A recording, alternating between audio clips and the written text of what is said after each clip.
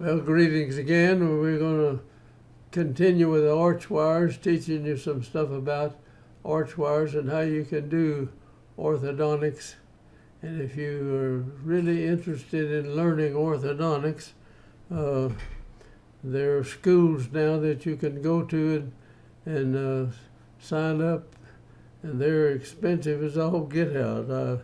There's two of them I know of, and they charge you about 80,000 to 120,000 a year to go to school there.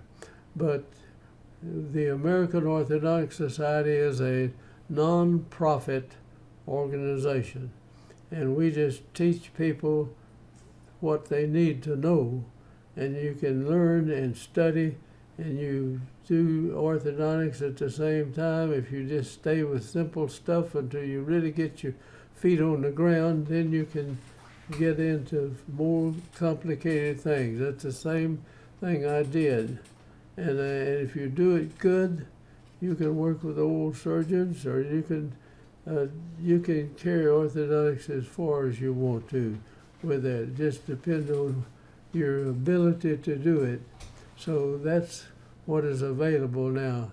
The American Orthodontic Society is a non-profit deal, and you just go and take courses and learn what you need to learn, and then you can go from there. And we have our boards, and if you pass the boards in the American Orthodontic Society, you will know how to do orthodontics. So I'm going to get on into this case. We're going to talk about the step down or up, depending on which arch you're using it in, arch wire, and the neat things you can do with this deal. In other words, you can close space in there, or you can open space, and the roots of the teeth go with you as you close or as you open with a step down arch.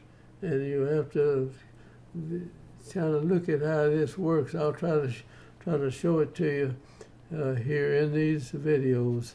Let me get this thing rolling. Now, we use a wax pattern. I think we've got some videos on taking these wax patterns. This is beeswax. These poor bees have worked for I don't know how much.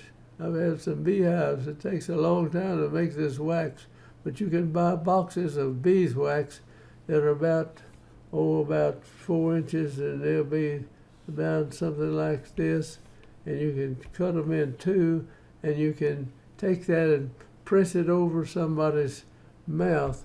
Beeswax just holds its shape and doesn't change, and you could pull it off the teeth, and you can see the bracket imprints on here, and you can bend any kind of arch wire loop or whatever you want to off of this beeswax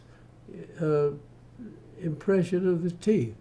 And so this is another thing that you need to learn about, is how to buy your beeswax. I think I show this, and there's some places you can get this wax like that. And that's the only wax that I know that you can bend like that. So anyway, we make an impression of the teeth with beeswax.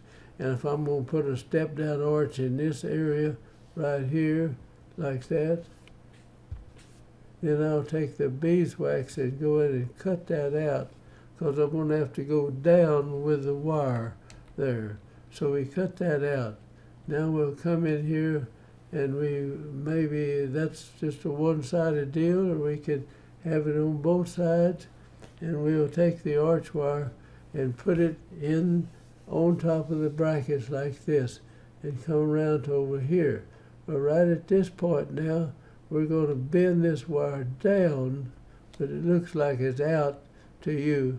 But actually, think about this in 3 dimensions. Now we're going down with a wire, and we're going to come across this deal like that to here, and we're going to come up, and now we'll continue with it around there. That's why we cut it out at that spot. You can bend any wire you want to, any loop you want to, right off of a beeswax print like that, and put it back in the mouth, and it'll fit. And that's a big help from you. And I picked that up from a Dr. Wick Alexander, who I took some of his courses, and he decided he taught me too much, everything. So anyway, I'll pass that on to Wick. I think whether he's still alive or not. Now here we bend that wire. In other words, you always bend the wire over something round. Now I'm going to just show you something about bending wire here just for a minute.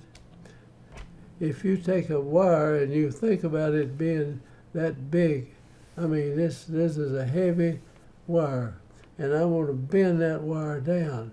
Well, when you go over and you go like this, and you got a piece of wire like that, you go down here, these molecules, and you have to stretch way out of place, and you squeeze the devil out of these.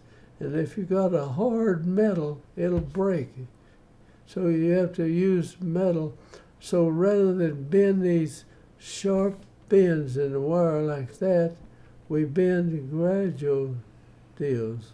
And so you stretch the molecules in this side, and you kind of contract them over here, but you can bend a larger wire if you just go this way. Otherwise, you got to kneel the wire coming through something like that. If you trying to bend it 90 degrees like that, you'll just break the wire, because these have to go all the way around this way, and these are squeezed together and it'll break in two. So we make our loops kind of go down like this and go over this way, and then turn and come up, and then in that way. Now, while I'm on that page, let me explain something else about step-down arches. If I'm going to open a space with a step-down arch, then I would want to open these legs, come up like this.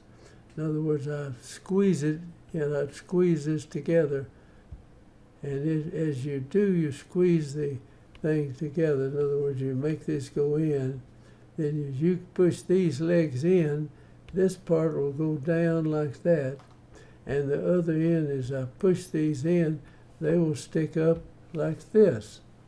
Now the teeth that we're moving, this would be in a bracket, and that puts, as we're expanding this loop in here, then that would be putting pressure on the roots of the teeth going in the way that the crown is going.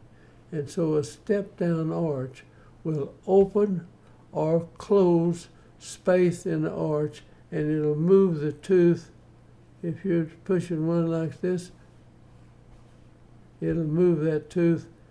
As it moves this tooth, it'll move the roots of the tooth in the direction you move the crown. Now, if you just come in here and you've got a molar over here and a molar over here, or a tooth over here, and you've got an arch wire, and you put a spring, you've got the tubes or the bracket or whatever in between here, and you put a spring in here. This spring is opening or pushing these teeth in this direction. As it does, it's going to lean the crown out, and so the roots of the teeth are down, they're down in here in the bone structure, and the tooth's going to rotate somewhere down in here. So as I push on this tooth, the crown's going to go in this direction, the roots are going to go in this direction. And that's the difference in a step-down arch and just a spring in between the teeth. You take somebody just starting out in orthodontics, you tell them you need to open this space, they'll open it like this. And that'll be wrong, because the crown of the tooth will be somewhere like that, and the roots will be over in this direction. And that tends to go back and close the gap. That'll tend to do that. So you've got to understand if you open a space or if you close a space, you can use this to do that. Now I'll show you how we're going to bend a closing arch wire with it. Let me erase that and we'll go on back. Now here we come down and we bend that down, and I'll put it down on the back spot, go over to the next area, and we bend that up. And so we'll go up there. So now we've got the arch wire going up this way, then go down and out like that. And I make that look like it's 90 degrees, but it's not. It's just bend around a round thing if you can do it. Now we're going to bend that one down. Now we've got a step down arch going down in here, and if we want to make it a closing arch, closing spring with a step down, I'm going to make a closing spring with a step down. You did bend one side, then you go up, and now we're going to make a little loop up here on the wire and come out, and that'll give us something, and we put that into a tube over here, and we can tie that back, and that'll pull this down in this direction.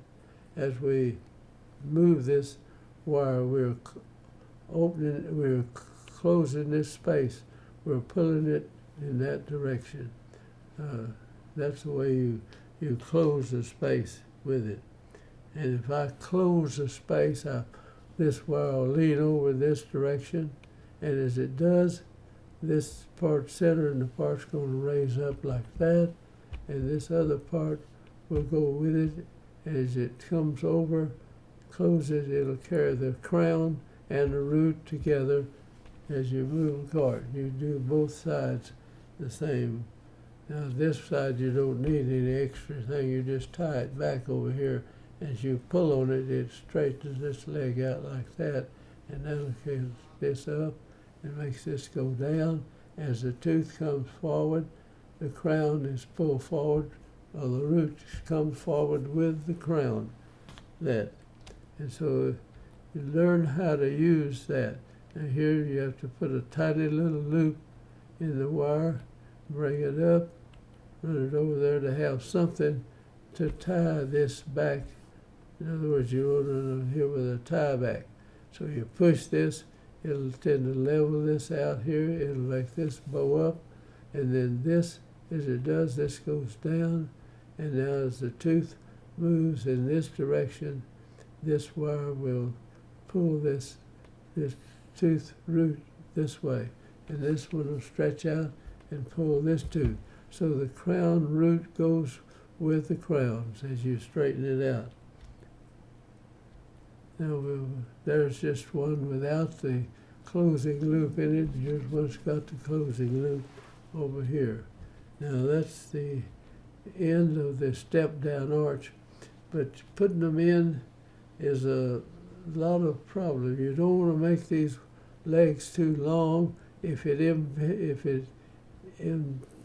interferes with your touch where you come up against the gum, this will mash into the gum tissue itself right there. So I thank you for watching this, and I hope that you'll learn how to use the step down or step up. If you put it in the upper arch, it'll carry the root with the crown as you expand or retract the teeth. Thank you for watching, and I'll close out again now.